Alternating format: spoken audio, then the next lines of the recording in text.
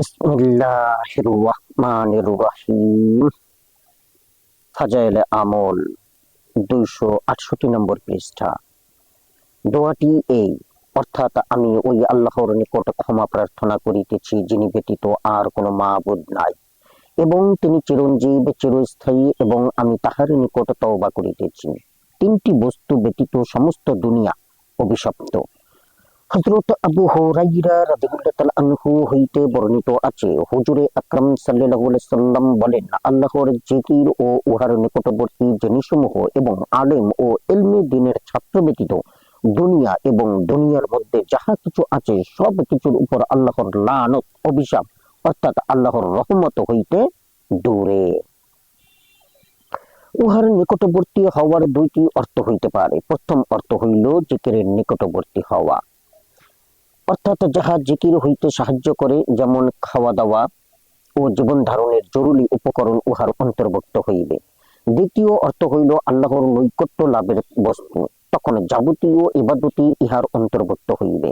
আর আল্লাহর জিকির অর্থের বিশেষ রকমের জিকিরকে বোঝাইবে। উভয় অর্থেই এলেম উহার শামিল হইবে, যেহেতু এলেম জিকিরের নিকট লইয়া যায়। আবার এলেমের চেয়ে বড় ইবাদতই বা আর কি হইতে পারে। এতদ সত্ত্বেও এলেম এবং তালেবে এলেমকে স্বতন্ত্রভাবে বর্ণনা করিয়া বোঝানো হইয়াছে যে এলেম বহুত বড় দৌলত। একটি হাদিসে বর্ণিত আছে, এলেম শুধু আল্লাহর জন্য শিক্ষা করিবার অর্থই হইল আল্লাহকে ভয় করা, আর এলেম তলব করা ইবাদত। উহা মুখস্থ করা যেমন তাসবিহ পাঠ করা, বহস করা যেমন জিহাদ করা, পড়া যেমন সদকা করা, যোগ্য পাত্রে উহা খরচ করা আল্লাহর নৈকট্য লাভের উপায়। কেননা ইলমের দ্বারা জায়েজ নাজায়েজের পরিচয় পাওয়া যায় এবং উহা জান্নাতের পথের চিহ্ন। নিঃসঙ্গ অবস্থায় মানসিক শান্তি, সফরের সাথী, একাকী অবস্থায় মানসিক শান্তি। একাকী অবস্থায় আলাপ আলোচনাকারী সুখে এবং দুঃখে দলিল, ইহা শত্রুর জন্য অস্ত্র স্বরূপ। আল্লাহ পাক একদল আলেমকে উচ্চ মর্যাদা দান করিয়াছেন, তাহারা মানুষকে নেক কাজের জন্য ডাকে। লোক তাহাদের পদাঙ্ক অনুসরণ করে, তাহাদের কথা মতো চলে, তাহাদের রায়কে সঠিক মনে করে। ফেরেশতাগণ তাহাদের সহিত বন্ধুত্ব করিবার আগ্রহ প্রকাশ করে, বরকতের জন্য আপন ডানা বিছাইয়া দেয় ও মহব্বতের সহিত মিলিতে থাকে। জল ও স্থলের যাবতীয় বস্তু তাহাদের জন্য মাগফিরাত কামনা করে। এমনকি সমুদ্রের মাছ, জঙ্গলের হিংস্র জন্তু ও বিষধর সাপ পর্যন্ত তাহাদের জন্য মাগফিরাতের দোয়া করে। প্রকৃত আলেমদের এত বেশি ফজিলত এই জন্য যে এলেম অন্তরের ভালো চোখের জ্যোতি, এলেমের দ্বারা বান্দা শ্রেষ্ঠ মানবের স্তরে পৌঁছাতে পারে, দুনিয়া ও আখিরাতের উচ্চ মর্যাদা হাসিল করিতে পারে। এলেম অধ্যয়ন করা রোজার সমতুল্য, ইয়াদ করা তাহাজ্জুদের সমতুল্য। উহার দ্বারাই সম্পর্ক স্থাপিত হয়, উহার দ্বারাই হালাল হারাম চেনা যায়। ভাগ্যবান লোকদিগকে এলেম সম্বন্ধে এলহাম করা হয়, আর পাপিষ্ঠ লোকেরা উহা হইতে বঞ্চিত হয়। কেহ কেউ হাদিস সম্পর্কে কিছুটা আপত্তি করিলেও ইহার মোটামুটি বিষয়বস্তু বহু হাদিস দ্বারাই প্রমাণিত হয়। ইহা ছাড়া আরো অনেক ফজিলতা হাদিসের কিতাবসমূহে বর্ণিত আছে। এই জন্যই আলেম ও তালিবে আলেমকে উপরোক্ত হাদিসে বিশেষভাবে উল্লেখ করা হইয়াছে। জিকিরের 100 উপকার। বিখ্যাত মুহাদ্দিস হাফিজ ইবনে কাইয়িম ওয়াবিলুস সাইয়্যিব নামক গ্রন্থে জিকিরের 100-এরও বেশি উপকারিতা লিপিবদ্ধ করিয়াছেন। এখানে উহা সংক্ষিপ্তভাবে ক্রমিক নম্বর দিয়ে বর্ণনা করা হইতেছে। 1. জিকির শয়তানকে বিদূরিত করে ও তাহার শক্তিকে চুরমার করিয়া দেয়। 2. জিকির আল্লাহর সন্তুষ্টির কারণ।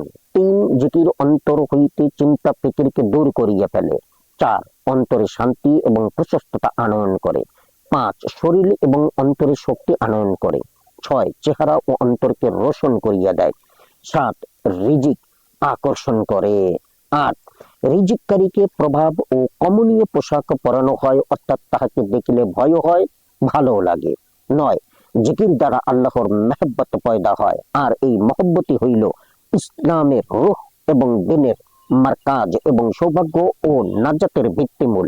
যে আল্লাহর প্রেমে আবদ্ধ হইতে চায় সেজন্য বেশি বেশি আল্লাহর জিকির করে। যেইভাবে পড়া ও বারংবার পাঠ করা ইলমের দরওয়াজা স্বরূপ, তদ্রূপে বেশি বেশি জিকির আল্লাহর মহব্বতের দরওয়াজা স্বরূপ। 10 জিকিরের সাহায্যে মোরাকাবা নসিব হয়, যাহা ক্রমান্বয়ে ইহসানের স্তরে পৌঁছাইয়া দেয়। আর এই স্তরে পৌঁছতে পারিলে এমন ইবাদত নসিব হয় যেমন আল্লাহকে দেখিতে পাওয়া যায়। আর এই ইহসানই হইল সুফিদের চরম উদ্দেশ্য। 11 জিকির দ্বারা আল্লাহর দিকে আকর্ষণ হইয়া যায়, এমনকি আস্তে আস্তে আল্লাহই তাহার একমাত্র ভরসা স্থল হইয়া যায় এবং যাবতীয় বিপদ আপদে আল্লাহর দিকেই দৃষ্টি নিপতিত হয়। 12 জিকির দ্বারা আল্লাহর নৈকট্য লাভ হয় এবং জিকির যতই বৃদ্ধি পাইবে আল্লাহর নৈকট্য ও তত বৃদ্ধি পাইতে থাকিবে। পক্ষান্তরে জিকির হইতে যতই গাফেল হইবে আল্লাহ ততই দূরত্ব বাড়িবে। 13 জিকির আল্লাহর মারেফাতের দরওয়াজা খুলিয়া দেয়। 14 আল্লাহর ভয় এবং শ্রেষ্ঠত্ব পয়দা করিয়া দেয় এবং তাহার সহিত ঘনিষ্ঠতা সৃষ্টি করে। 15 জিকির করিলে দরবারে এলাহিতে জাকিরের আলোচনা হইয়া থাকে। কোরআনে পাকে আছে, অর্থাৎ আমাকে স্মরণ করো, আমিও তোমাদিগকে স্মরণ করিব। হাদিসে বর্ণিত আছে যে আমাকে মনে মনে স্মরণ করিবে, আমিও তাহাকে মনে মনে স্মরণ করিব। জিকিরের বুজুর্গের জন্য উক্ত আয়াত ও উক্ত হাদিসই যথেষ্ট। 16 জিকির দিলকে জিন্দা করে। হাফিজ ইবনে তাইমিয়া বলেন, জিকির দিলের জন্য ওইরূপ মাছের জন্য পানি যেই রূপ। 17 জিকির দিল এবং রুহের খোরাক। খাদ্য না পাইলে শরীরের যে অবস্থা হয়, জিকির না হইলে দিল ও রুহেরও সেই অবস্থা হয়।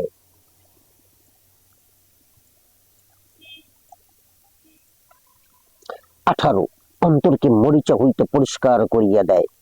হাদিসে আছে, প্রত্যেক বস্তুতে মরিচা ও ময়লা পড়ে, অন্তরের ময়লা ও মরিচা হইল খায়েশ এবং গাফলাত, আর জিকির হইল উহার জন্য রেত স্বরূপ। 19 জিকির দ্বারা পদস্খলন ও ভুল ভ্রান্তি বিদূরিত হয়।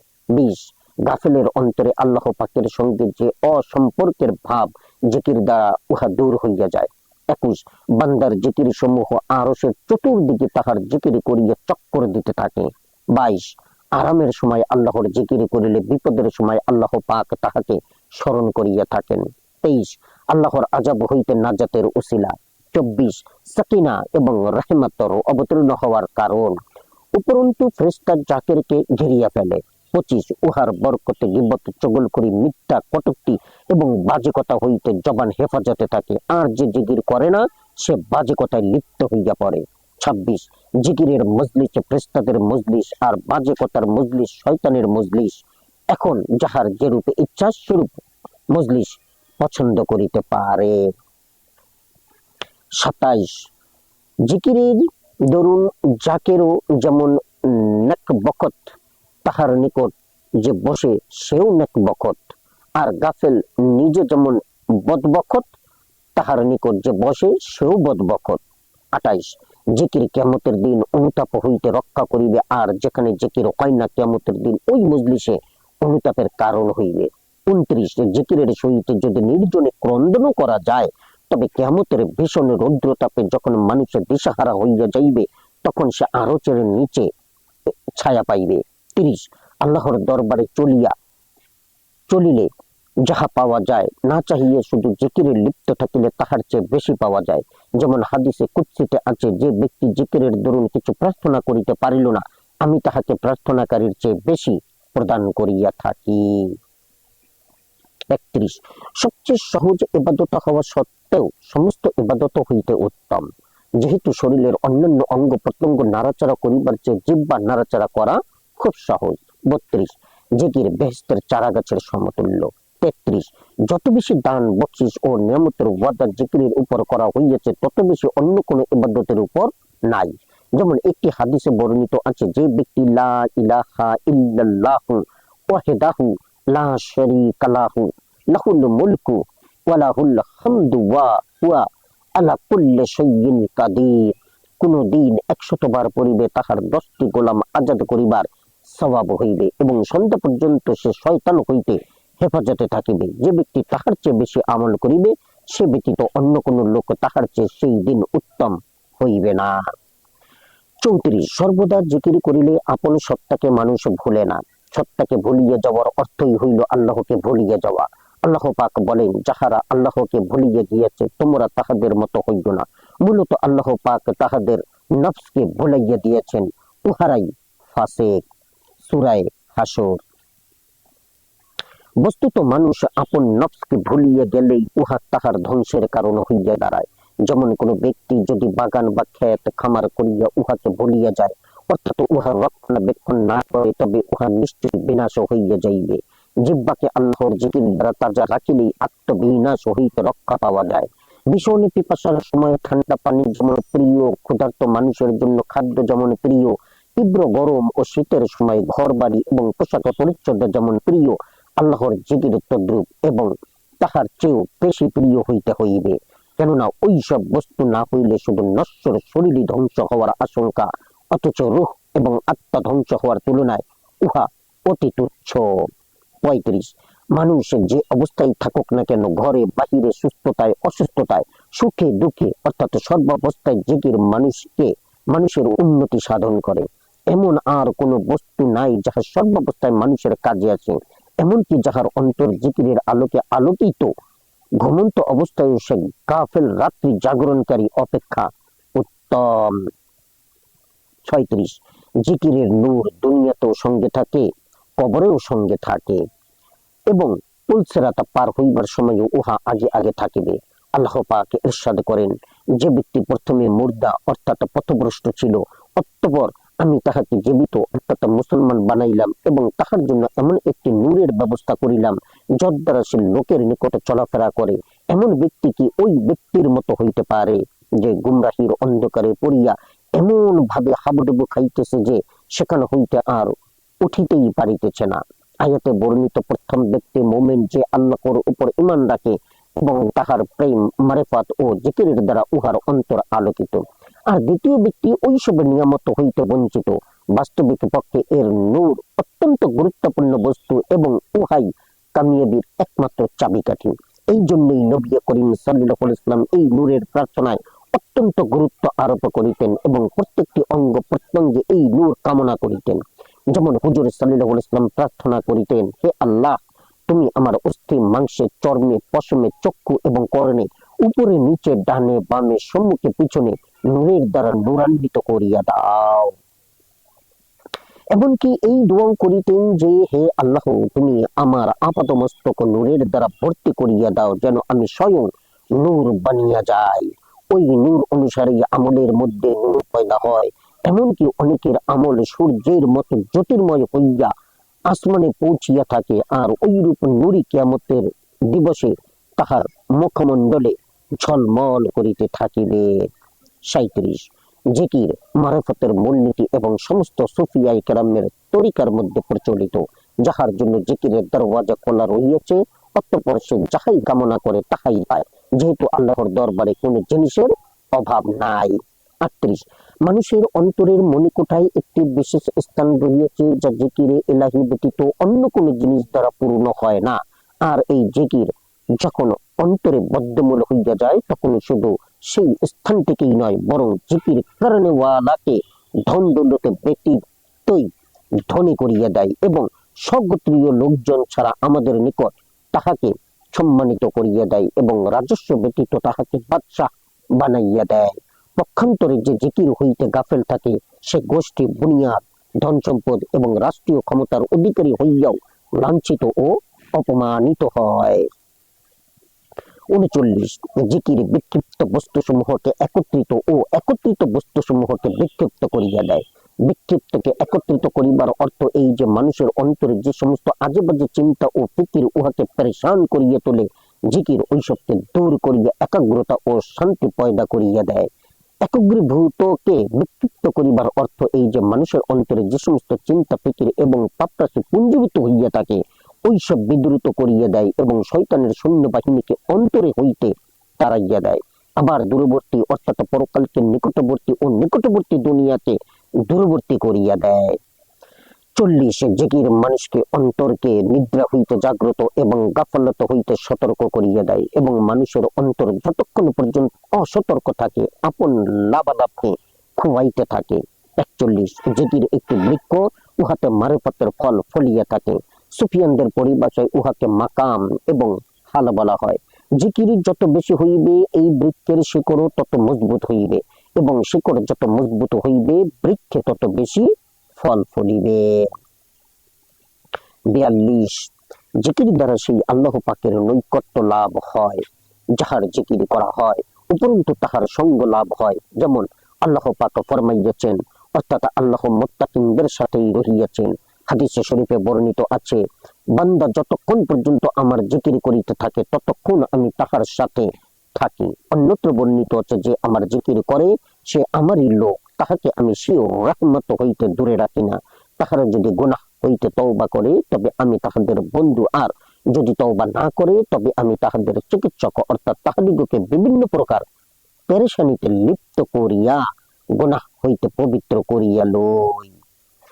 তার তদুপরি জিকিরের দরুন আল্লাহ পাকের যে সান্নিধ্য লাভ হয় উহার বর্ণনা দেওয়া যায় না। সেই লজ্জা তো একমাত্র ওই ব্যক্তি উপভোগ করিতে পারে যাহার সেই সান্নিধ্য লাভ হইয়াছে। হে আল্লাহ, আমাকে উহার কিছুটা অংশ দান করুন, আমিন। 43, জিকির গোলাম আজাদ করা, অগণিত মাল খরচ করা এবং আল্লাহর রাস্তায় জিহাদ করিবার সমতুল্য। 44, জিকির শকরের মূল্য, যে জিকির করিল না সে আল্লাহর শুকরিয়াও আদায় করিল না। হাদিসে বর্ণিত আছে, হযরত মূসা আলাইহিস সালাম আরজ করিলেন, হে আল্লাহ, আমার উপর তোমার অফুরন্ত ইহসান, সুতরাং তুমি আমাকে এমন পন্থা দেখাইয়া দাও যদ্বারা আমি তোমার বেশি বেশি শুকর আদায় করিতে পারি। ইরশাদ হইল, হে মূসা, তুমি যত বেশি বেশি আমার জিকির করিবে তত বেশি আমার শুকরিয়া আদায় হইবে। অন্য হাদিসে বলা হইয়াছে, হযরত মূসা আলাইহিস সালাম বলেন, হে আল্লাহ, তোমার যত যত শুকরিয়া কিভাবে হইতে পারে? উত্তর আসিল, তোমার জবানকে সর্বদা জিকির দ্বারা তরতাজা রাখো। 45, পরহেজগার ব্যক্তিদের মধ্যে আল্লাহর নিকটে সবচেয়ে সম্মানিত ওই ব্যক্তি যে সর্বদা আল্লাহর জিকিরে মগ্ন থাকে, যেহেতু পরহেজগারির পরিণাম হইল বেহেশত আর জিকিরের পরিণাম হইল আল্লাহর নৈকট্য লাভ। 46, অন্তরের মধ্যে বিশেষ ধরনের একটা কঠোরতা থাকে, তাহার জিকির ব্যতীত অন্য কোনো জিনিস দ্বারা নরম হয় না। 47, জিকির হইল দিলের যাবতীয় রোগের চিকিৎসা। 48, জিকির হইল আল্লাহর সঙ্গে বন্ধুত্বের শিকড়, আর জিকির হইতে বিমুখ থাকা হইল তাহার সহিত শত্রুতার শিকড়। 49, জিকির নিয়ামত সমূহের আকর্ষণকারী ও আল্লাহর আযাব হইতে হেফাজতকারী। আল্লাহর জিকিরের সমতুল্য অন্য কোন বস্তু নাই। 50, জাফিরিনদের উপর আল্লাহর রহমত ও ফেরেশতাদের দোয়া হইতে থাকে। 51, যে ব্যক্তি ইহা চায় যে দুনিয়াতে থাকিয়েই সে বেহেশত বাগানে অবস্থান করে, সেজন্য জিকিরের মজলিসে বসে, ইহাই হইল বেহেশতের বাগান। 52, জিকিরের মজলিসে ফেরেশতাদেরই মজলিস। 53, আল্লাহ পাক জাকিরিনদের জন্য ফেরেশতাদের উপর গর্ব করিয়া থাকেন। 54, যাহারা সর্বদা জিকিরে মগ্ন থাকিবে তাহারা হাসিতে হাসিতে বেহেশতে প্রবেশ করিবে। 55, সমস্ত আমল আল্লাহর জিকিরের জন্য নির্দিষ্ট করা হইয়াছে। 56, সমস্ত আমলের মধ্যে উহাই শ্রেষ্ঠ যাহার মধ্যে বেশি বেশি করিয়া জিকির হইতে থাকে। রোজার মধ্যে ওই রোজাই উত্তম যাহাতে অধিক পরিমাণে জিকির হইতে থাকে। তদ্রূপ হজের মধ্যে ওই হজ শ্রেষ্ঠ যাহার মধ্যে বেশি পরিমাণে জিকির হইয়া থাকে। জিহাদ ইত্যাদিরও এই হুকুম। 57, জিকির নফল ইবাদত সমূহের সমকক্ষ। হাদিসে বর্ণিত আছে, গরিব মিসকিনদের একটি দল হুজুর পাক সাল্লাল্লাহু আলাইহি ওয়াসাল্লাম এর নিকট অভিযোগ করিল যে ধনী ব্যক্তিরা উচ্চ মর্যাদা সমূহ লাভ করিয়া যাইতেছে, যেহেতু তাহারা জিকির রোজায় আমাদের শরীক, কিন্তু হজ, উমরা ও জিহাদ ইত্যাদিতে মাল খরচ করিয়া তা আমাদিগকে ডিঙ্গাইয়া যাইতেছে। হুজুর সাল্লাল্লাহু আলাইহি ওয়াসাল্লাম ইরশাদ করিলেন, আমি তোমাদিগকে এমন আমল বাতলাইয়া দিব কি যদ্বারা উহারাই কেবল তোমাদের সমকক্ষ হইতে পারিবে যাহারা তোমাদের মতো আমল করিবে। তারপর হুজুর সাল্লাল্লাহু আলাইহি ওয়াসাল্লাম তাহাদিগকে প্রত্যেক নামাজের পর সুবহানাল্লাহ, আল্লাহু আকবার পড়ার তালিম দিলেন। হুজুর সাল্লাল্লাহু আলাইহি ওয়াসাল্লাম এই হাদিসে জিকিরকে যাবতীয় হজ, উমরা ও জিহাদের সমতুল্য সাব্যস্ত করিয়াছেন। 58, জিকির অন্যান্য ইবাদতের সাহায্য করে, যেহেতু বেশি বেশি জিকিরের দরুন প্রত্যেকটি ইবাদতে কষ্টই অনুভব হয় না। 59, জিকিরের দরুন যে কোনো কষ্ট আসান হইয়া যায়, যে কোনো কঠিন কাজ সহজ হইয়া যায় এবং যাবতীয় বিপদ কাটিয়া যায়। 60, জিকিরের দরুন অন্তর হইতে ভয় ভীতি দূর হইয়া উহাতে শান্তি প্রতিষ্ঠিত হয় এবং যত বেশি করিয়া জিকির করা যাইবে তত বেশি ভয় ভীতি দূর হইয়া শান্তি প্রতিষ্ঠিত হইবে। 61, জিকিরের বদৌলতে মানুষের মধ্যে এমন একটা শক্তির সঞ্চার হয় যে উহার ফলে বহু দুঃসাধ্য কাজ সম্পাদন হইয়া যায়। প্রিয় নবী করিম সাল্লাল্লাহু আলাইহি সাল্লাম এর প্রিয়তম কন্যা হযরত ফাতেমা রাদিয়াল্লাহু তাআলা আনহা চাকরি চালনা ও বিবিধ কাজের চাপের দরুন হুজুর পাক সাল্লাল্লাহু আলাইহি সাল্লাম এর খেদমতে একজন চাকর চাহিলে হুজুর সাল্লাল্লাহু আলাইহি সাল্লাম তাহাকে শয়নকালে 33 বার সুবহানাল্লাহ, 33 বার আলহামদুলিল্লাহ ও 34 বার আল্লাহু আকবার পড়ার নির্দেশ দেন এবং বলেন যে ইহা খাদেম অপেক্ষা উত্তম। 62 পরকালের জন্য সঞ্চয়কারী সকলেই দৌড়াইতেছে, তন্মধ্যে জাকিরিনদের জামাতি সকলের আগে। বর্ণিত আছে কিয়ামতের দিবসে যখন সকলেই আপন নেকির বদলা পাইতে থাকিবে তখন অনেকেই এই বলিয়া অনুতাপ করিবে যে হায় আফসোস, আমরা সহজতর আমল জিকিরের প্রতি কেন গুরুত্ব আরোপ করিতাম না। অন্য এক হাদিসে হুজুর সাল্লাল্লাহু আলাইহি ওয়াসাল্লাম ইরশাদ করেন মুফরিদ লোক অনেক অগ্রসর হইয়া গিয়াছে। সাহাবারা জিজ্ঞাসা করিলেন হুজুর মুফরিদ কাহারা? হুজুর সাল্লাল্লাহু আলাইহি ওয়াসাল্লাম উত্তর করিলেন যাহারা প্রাণপণে জিকির করে, জিকির তাহাদের যাবতীয় বোঝা হালকা করিয়া দেয়। 63 জাকিরিনদের দিগকে আল্লাহ তাআলা সত্যবাদী বলিয়া আখ্যায়িত করিয়াছেন, আর যাহাকে স্বয়ং আল্লাহ তাআলা সত্যবাদী বলিয়াছেন তাহাদের হাসর কখনো মিথ্যাবাদীদের সহিত হইতে পারে না। হাদিসে বর্ণিত আছে বান্দা যখন লা ইলাহা ইল্লাল্লাহু বলে তখন আল্লাহ পাক বলেন আমার বান্দা সত্যই বলিয়াছে, আমি ব্যতীত অন্য কোনো মাবুদ নাই এবং আমি সবচেয়ে বড়। 64 জিকিরের বদৌলতে বেহেশতে বালাখানা তৈয়ার হইতে থাকে। বান্দা জিকির হইতে বিরত থাকিলে ফেরেশতাগণ নির্মাণ কাজ বন্ধ করিয়া দেয়, কারণ জিজ্ঞাসা করা হইলে ফেরেশতাগণ বলেন নির্মাণের সামগ্রী এখনো আসিয়া পৌঁছে নাই। 65 একটি হাদিসে বর্ণিত আছে যে ব্যক্তি সুবহানাল্লাহ ওয়া বিহামদিহি সুবহানাল্লাহিল আযীম 7 বার পড়িবে বেহেশতে তার জন্য একটি গম্বুজ নির্মিত হয়। 66 জিকির জাহান্নামের জন্য বেড়াস্বরূপ। যে কোনো পদ আমলের কারণে জাহান্নামের উপযুক্ত হইলেও জিকির মাঝখানে আসিয়া প্রাচীরের মতো দাঁড়ায়। সুতরাং জিকির যত বেশি হইবে বেড়াও তত মজবুত হইবে।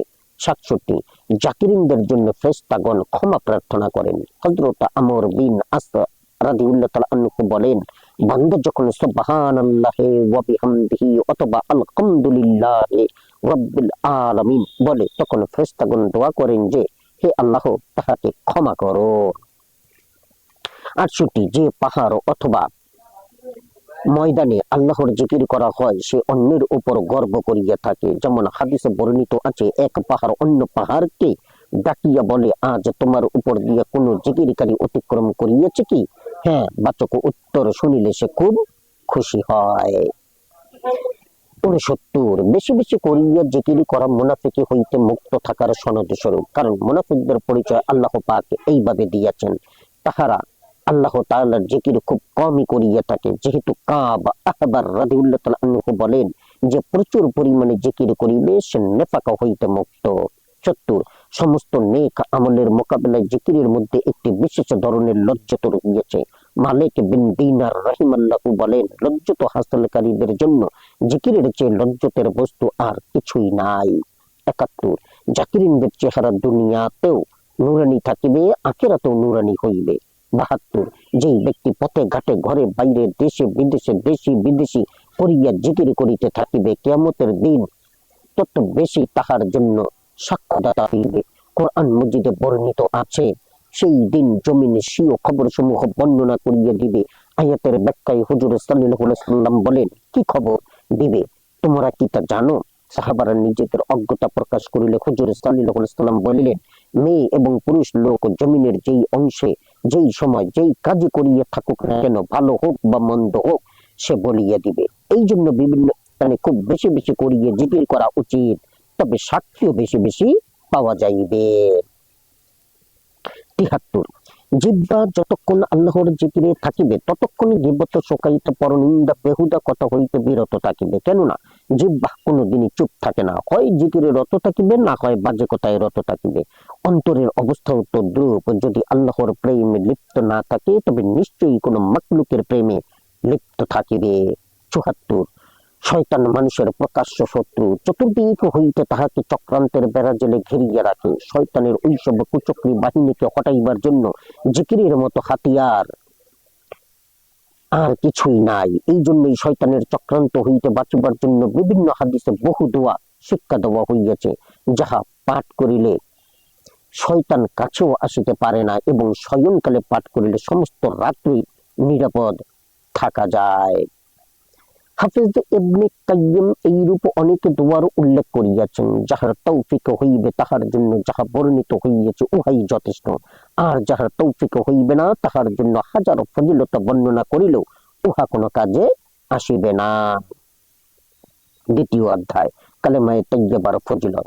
পবিত্র কোরআন মজিদ ও হাদিসে পাকের মধ্যে কালেমায়ে তাইয়্যিবার এত অধিক পরিমাণ আলোচনা হইয়াছে যে সম্ভবত এত অধিক আলোচনা আর কোনো বিষয়ই হয় নাই। তদুপরি সমস্ত শরীয়তে এবং আম্বিয়া কেরামের একমাত্র উদ্দেশ্যই হইল তাওহীদ, তাই উহার আলোচনাও বেশি বেশি পরিমাণ হওয়াটাই যুক্তিসঙ্গত। পবিত্র কালামে পাকে উহাকে কালেমায়ে তাইয়্যিবা বা কাউলে সাবেত, কালেমায়ে তাকওয়া ও জমিনের কুঞ্জি ইত্যাদি নামে অভিহিত করা হইয়াছে। ইমাম গাজ্জালি রাহিমাহুল্লাহ ইহইয়াউল উলুম গ্রন্থে উহাকে কালেমায়ে তাওহীদ, কালেমায়ে তাইয়্যিবা, উরওয়াতুল উসকা, দাওয়াতুল হক ও সামানুল জান্নাত ইত্যাদি নামে আখ্যায়িত করিয়াছেন। তাই এই কালেমার বর্ণনাকে 3 ভাগে বিভক্ত করা হইয়াছে। প্রথম পরিচ্ছেদে বর্ণিত হইয়াছে ওই সমস্ত আয়াত যাহাতে কালেমার শব্দ ব্যতীত কালেমার অর্থ বোঝানো হইয়াছে, তাই ওই সব আয়াতের অর্থ হুজুর পাক সাল্লাল্লাহু আলাইহি ওয়াসাল্লাম ও সাহাবায়ে কেরাম হইতে উদ্ধৃত করা হইয়াছে। দ্বিতীয় পরিচ্ছেদে ওই সমস্ত আয়াত লওয়া হইয়াছে যাহাতে কালেমার পুরোপুরি শব্দ বর্ণিত হইয়াছে অথবা কালেমা আংশিক পরিবর্তন সহকারে, যেমন লা ইলাহা ইল্লাল্লাহু বর্ণিত হইয়াছে। যেহেতু এই সমস্ত আয়াতে স্বয়ং কালেমা অথবা উহার তর্জমা ভিন্ন শব্দে বর্ণিত হইয়াছে, তাই ওই সমস্ত আয়াতের তর্জমা ব্যতীত শুধু সূরার হাওয়ালা এবং রুকুরি উল্লেখ করা হইয়াছে। তৃতীয় পরিচ্ছেদে ওই সমস্ত হাদিস অর্থ সহ বর্ণিত হইয়াছে যাহার মধ্যে কালেমার হুকুম এবং তারগিবের বর্ণনা করা হইয়াছে। প্রথম পরিচ্ছেদ, আপনি কি জানেন না যে আল্লাহ পাক কি সুন্দর দৃষ্টান্ত প্রদান করিয়াছেন? কালেমায়ে তাইয়্যিবা যেমন একটি পবিত্র সুন্দর বৃক্ষ যাহার মূল জমিনের মধ্যে এবং শাখা প্রশাখা আসমানের উপর উঠিয়া গিয়াছে, উহা আপন প্রভুর আদেশে প্রতি মুহূর্তে ফল দান করিয়া থাকে এবং আল্লাহ পাকে এই জন্যই দৃষ্টান্ত দিতেছেন যেন মানুষ ভালো করিয়া বুঝিয়া লয়। এবং খবিসে কালেমা অর্থাৎ কালেমায়ে কুফরের দৃষ্টান্ত এই রূপ, যেমন একটি বিষ বৃক্ষ যাহাকে জমিনের উপর উত্থান করিয়া দেওয়া হয় আর জমিনের মধ্যে উহার কোনো স্থায়িত্ব নাই।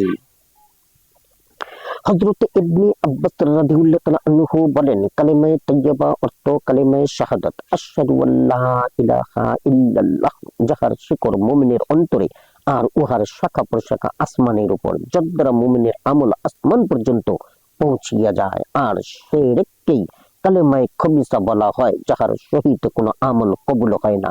ইবনে আব্বাস রাদিয়াল্লাহু তাআলা আনহু আরো বলেন, সব সময় ফল দান করার অর্থ হইল কালেমা ওয়ালা দিবারাত্র আল্লাহকে স্মরণ করে। হযরত কাতাদা রাদিয়াল্লাহু তাআলা আনহু বলেন, হুজুরে পাক সাল্লাল্লাহু আলাইহি সাল্লাম এর খেদমতে জনৈক ব্যক্তি আরজ করিয়া, ইয়া রাসূলুল্লাহ, ধনী লোকেরা সমস্ত সওয়াবই নিয়ে গেল।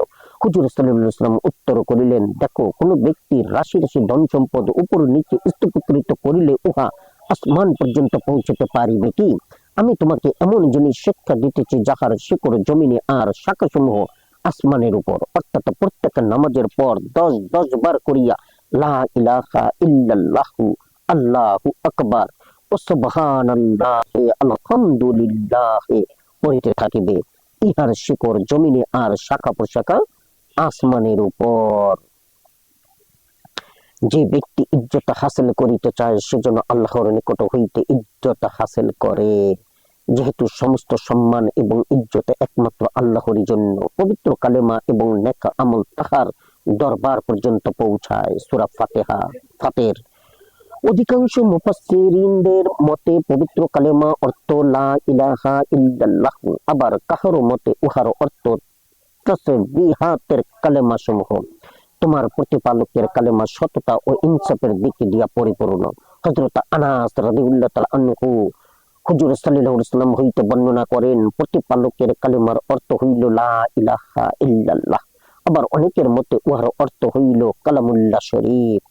আল্লাহ পাক মুমিনদিগকে দুনিয়া এবং আখিরাতকে উভয় জাহান্নামে দৃঢ় কালেমার সাহায্যে মজবুত রাখেন এবং কাফের দিগকে উভয় জাহানেই বিপদগামী করেন এবং আল্লাহ তাআলা স্বীয় হিকমত দ্বারা যাহা ইচ্ছা তাহাই করেন। হযরত বারা রাদিয়াল্লাহু তাআলা আনহু বলেন, হুজুরে পাক সাল্লাল্লাহু আলাইহি ওয়াসাল্লাম ইরশাদ করেন, কবরে যখন প্রশ্ন করা হয় তখন মুসলমান লা ইলাহা ইল্লাল্লাহ মুহাম্মাদুর রাসূলুল্লাহর সাক্ষ্য প্রদান করে। আয়াত শরীফে ইহাই দৃঢ় কথার অর্থ। হযরত মা আয়েশা রাদিয়াল্লাহু তাআলা আনহা বলেন, আয়াতের অর্থ হইল কবরের সওয়াল জবাব। ইবনে আব্বাস রাদিয়াল্লাহু তাআলা আনহু বলেন, মুসলমানের মৃত্যুর সময় ফেরেশতার আগমন করিয়া তাহাকে সালাম করে ও ফেরেশতার সুসংবাদ দান করে। মৃত্যুর পর ফেরেশতাগণ তাহার জানাজায় শরীক হয়। দাফন করা হইলে তাহাকে উঠিয়া বসায় ও তাহাকে জিজ্ঞাসাবাদ করা হয়। তন্মধ্যে ইহাও আছে যে তোমার কি সাক্ষী আছে? উত্তরে সে বলে, আশহাদু আল্লা ইলাহা ইল্লাল্লাহ ওয়া আশহাদু আন্না মুহাম্মাদান রাসূলুল্লাহ। আয়াতের ইহাই অর্থ। হযরত কাতাদা এবং তাউস রাহিমাহুল্লাহ বলেন, দৃঢ় কর্তার অর্থ হইল দুনিয়াতে লা ইলাহা ইল্লাল্লাহ আর পরকালে উহার অর্থ হইল কবরের সুয়াল জবাব। প্রকৃত ডাকা তাহারই জন্য নির্দিষ্ট যাহারা আল্লাহ ব্যতীত অন্য কাহাকেও ডাকে। উহারা তাহাদের আহ্বানকে তদপেক্ষা বেশি মঞ্জুর করাইতে পারে না যতটুকু পানি ওই ব্যক্তির দরখাস্তকে মঞ্জুর করিতে পারে। যে পানির দিকে আপন হস্তদ্বয় প্রসারিত করিয়া দিল যেন পানি তাহার মুখ পর্যন্ত আসিয়া পড়ে, অথচ সেই পানি কিছুতেই তাহার মুখ পর্যন্ত আসিতে পারে না। বস্তুত কাফিরদের ডাকাই হইল নিরর্থক। হযরত আলী হযরত ইবনে আব্বাস রাদিয়াল্লাহু তাআলা আনহু আরো অনেকের মতে দাওয়াতুল হক অর্থ হইল লা ইলাহা ইল্লাল্লাহ। হে মুহাম্মদ সাল্লাল্লাহু আলাইহি সাল্লাম, আপনি বলিয়া দিন, হে আহলে কিতাব, তোমরা এমন এক কালেমার দিকে আসো যাহা তোমাদের মধ্যে এবং তোমাদের মধ্যে সমানভাবে সমর্থিত। উহা এই যে, আমরা আল্লাহ ব্যতীত আর কাহারও ইবাদত করিব না এবং কাহারও সহিত কাহাকেও শরীক করিব না এবং আল্লাহকে ছাড়িয়া আমাদের মধ্য হইতে কেহ কাহাকে প্রভু বানাইব না। এরপর যদি তাহারা তোমার কথা প্রত্যাখ্যান করে তবে তাহাদিগকে বলিয়া দাও, তোমরা সাক্ষী থাকো যে আমরা মুসলমান। উল্লিখিত আয়াতের মধ্যে কালেমার অর্থ একমাত্র কালেমায়ে তাওহীদই নেওয়া হইয়াছে। তোমরাই সর্বশ্রেষ্ঠ উম্মত, যেহেতু মানুষেরই উপকারার্থে তোমাদিগকে সৃষ্টি করা হইয়াছে। তোমরা মানব সমাজকে সৎ কাজের দিকে ডাকো এবং অসৎ কাজ হইতে বিরত রাখো এবং আল্লাহর প্রতি দৃঢ় বিশ্বাস রাখো। যদি সমস্ত আহলে কিতাব ঈমান আনয়ন করিত তবে তাহাদের জন্য কতই না মঙ্গল হইত, কিন্তু এদের মধ্যে কিছু সংখ্যক লোক বিশ্বাসী আর অধিকাংশই কাফের। হযরত ইবনে আব্বাস রাদিয়াল্লাহু তাআলা আনহু বলেন, সৎ কাজের আদেশ করো, এর অর্থ হইল লা ইলাহা ইল্লাল্লাহ সাক্ষী দিতে এবং আল্লাহর এহকামকে স্বীকার করিতে বলো এবং প্রকৃতপক্ষে এই কালেমা সমস্ত ভালো কাজের মধ্যে শ্রেষ্ঠ। হে মুহাম্মদ সাল্লাল্লাহু আলাইহি সাল্লাম, আপনি দিনের উভয় কিনারায় এবং রাতের কিয়দংশে নামাজের পাবন্দি করুন। নিশ্চয়ই নেকি সমূহ পাপ রাশিকে মিটাইয়া দেয়। নসিহত দান পালনকারীদের জন্য ইহা একটি নসিহত স্বরূপ। এই আয়াতের ব্যাখ্যায় বহু হাদিসে বর্ণিত আছে। ইহার ব্যাখ্যা করিতে গিয়া হুজুর সাল্লাল্লাহু আলাইহি সাল্লাম উত্তর করিলেন, আল্লাহকে ভয় করিতে থাকো। ঘটনা চক্রে যখন কোনো অন্যায় কাজ হইয়া যায় সঙ্গে সঙ্গেই কোনো নেক কাজ করিয়া লও যেন উহার কাফফারা হইয়া যায়। আমি আরজ করিলাম, ইয়া রাসূলুল্লাহ, লা ইলাহা ইল্লাল্লাহু কি নেক কাজের অন্তর্ভুক্ত? হুজুর সাল্লাল্লাহু আলাইহি ওয়াসাল্লাম ফরমাইলেন, ইহাতে সব নেক কর্মের মধ্যে শ্রেষ্ঠতম। হযরত আনাস রাদিয়াল্লাহু তাআলা আনহু হুজুর পাক সাল্লাল্লাহু আলাইহি ওয়াসাল্লাম এর ইরশাদ আরো বর্ণনা করেন যে, বান্দা রাত্রি অথবা দিনের যে কোনো অংশে কালেমা পড়িবে তাহার আমলনামা হইতে পাপসমূহ দূর হইয়া যাইবে। আমানতু বিল্লাহ। জাযাকুমুল্লাহ খায়রান। আসসালামু আলাইকুম।